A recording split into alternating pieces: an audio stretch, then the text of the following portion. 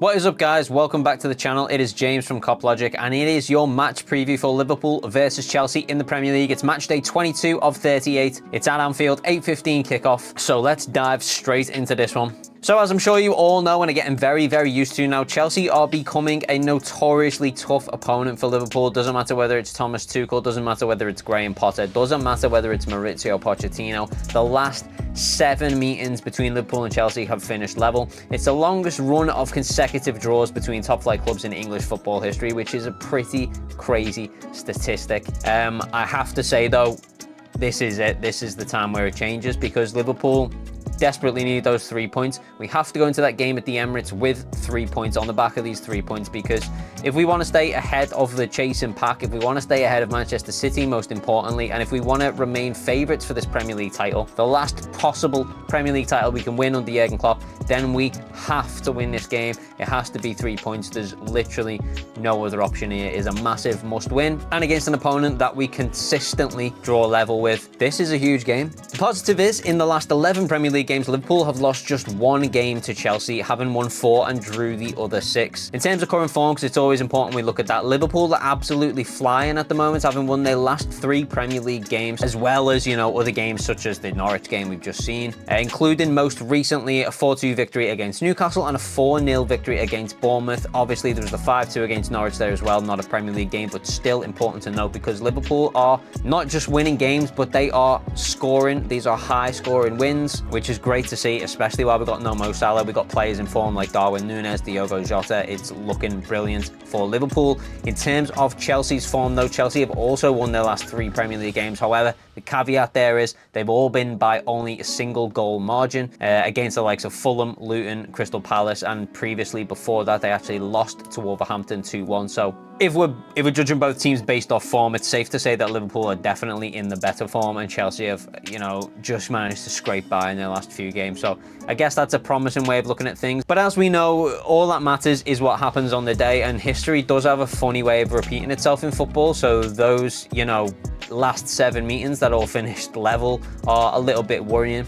But let's take a look at the team selection for this game, what I'm going to go with. Obviously, Alisson Becker starts in goal. No need to discuss this one, so we'll just glide past that. Alisson Becker in goal. Let's get onto the defensive lineup. So in centre-back, I'm going Virgil van Dijk and Ibrahima Konate. Obviously, both are in really, really good form at the moment. Both of them look at the absolute top level of their game. It's going to be super important that we have them in this game, because as I said, it's an absolute must-win, and I'm trying to go here with the strongest team Liverpool can possibly put out. Now, some promising things are that we have had some returns from injury in Dominic Szoboszlai, in Andrew Robertson, in Trent Alexander-Arnold. Diogo apparently returned to training this week, as well as Alexis McAllister, who is apparently fine and fit to play in this game. So that's good news, and it's going to allow us to pick a really, really strong team here. So as I said, Virgil van Dijk, Ibrahima Konate is the best defensive duo we've got. It's the best defensive duo we've seen in a long time at Liverpool, and they will definitely be starting this game. Left back, I think, is an interesting one, because as I said, Andrew Robertson is back now and he is available for selection, but I'm going Joe Gomez, and the reason why I'm going Joe Gomez is because he is in absolutely fine form. I just think he's been brilliant for Liverpool all season. It would be an absolute shame to drop him. He doesn't deserve to be dropped, and I also think, Andrew Robertson's had about 4 months off. It's a long time, and I don't want to be rushing him back. So I'm erring on the side of caution there a little bit with Andrew Robertson as well. I'm starting Joe Gomez. I'm sure we probably will see an appearance from Robbo at some point in the game, but Joe Gomez deserves to start. He's been so good, and I've got to be honest, might be controversial, but I think as an inverted fullback, I think he's a better option than Andrew Robertson. I mean, he's been a goal threat. He's got that pace. I know there are things that Robbo offers that Joe Gomez doesn't, but I think it's also vice versa, to be fair. And I think Gomez is a really good reflection of Trent Alexander-Arnold on the right side in terms of them both being inverted fullbacks. If both of them were to play, it would make a very, very attacking side, very dangerous. Maybe you could argue there's defensive frailties there, but it's been working really well so far with Joe Gomez. So if it ain't broke, don't fix it, is what I'm saying. And on that note, Trent Alexander-Arnold, I'm starting at right back. Connor Bradley's been a fine deputy, but Trent is back and he is fit, so I'm starting him. Again, he had a little cameo against Norwich, and you might argue, well, why don't you start Andrew Robertson then? Why is it any different for Trent Alexander-Arnold? Well, he wasn't out for as long, and he is an absolute superstar of this team. He's one of our key players. If he's available to play, then I'm playing him, especially in a game as big as this. You know, we have to get these 3 points against Chelsea. This is it. This is the game where we break the curse. This cannot be a score draw. This has to be a Liverpool win. We've got to take them 3 points. So I'm going as strong as possible, and I do believe at this moment in time that is Joe Gomez on the left. In terms of the defensive midfield spot, Jurgen Klopp did mention that Alexis McAllister is fit and available. He was only rested on a precaution. So for me, Alexis McAllister obviously has to start. There's no Wataru Endo at the moment, but McAllister's been doing such a good job there anyway that it's totally fine with me.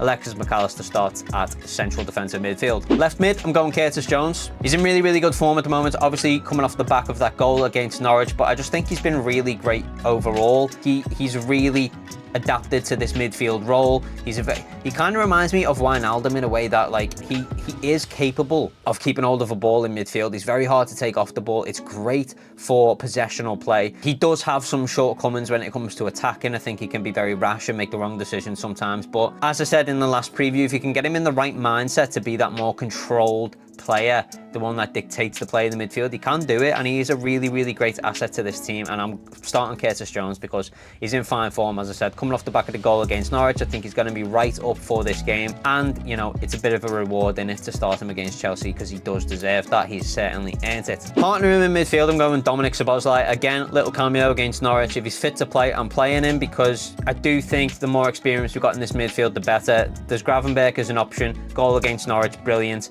Maybe we bring him on as a substitute. Harvey Elliott, also an option there as well, but it's also nice to have Harvey Elliott as a substitution option going forwards in terms of the attacking line as well. So I'm starting Dominic Szoboszlai. It's obviously great to have him back, and if he can find that form, pick up where he left off, then that'll be brilliant. Experience going to be important for this game, especially if we're going to break that draw curse. So I'm going Dominic Szoboszlai, Alexis McAllister, and Curtis Jones. I think it's probably arguably our strongest midfield we've got in terms of our options there. And as I said at the start of this video, I'm going as strong as possible for this game. So with that in mind, let's move on to the forwards. Going to do all three together. I think this is the strongest front three we've got at the moment. Not really sure how they'd line up, but I think for me, it has to be these three players. Luis Diaz will put on the left, Darwin Nunez down the middle, and Diogo Jota on the right. I explained last time why I like that system. Diogo Jota on the right, I think he plays much closer to Darwin Nunez and allows that more intricate play in the box, which gives Darwin those chances where he doesn't have to think about it. He can just bang a goal in,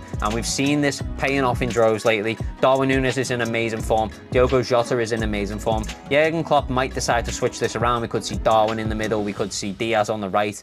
We could see Jota in the middle. We could see Diaz on the right. We could see Darwin on the left. This could go any which way, but again, that's a really great option to have even just on the field because it allows Jurgen Klopp to change the game just by moving players about, but it also creates the chaos dynamic that Darwin Nunez absolutely thrives in, where the three of them are very fluid, versatile, moving about during the game.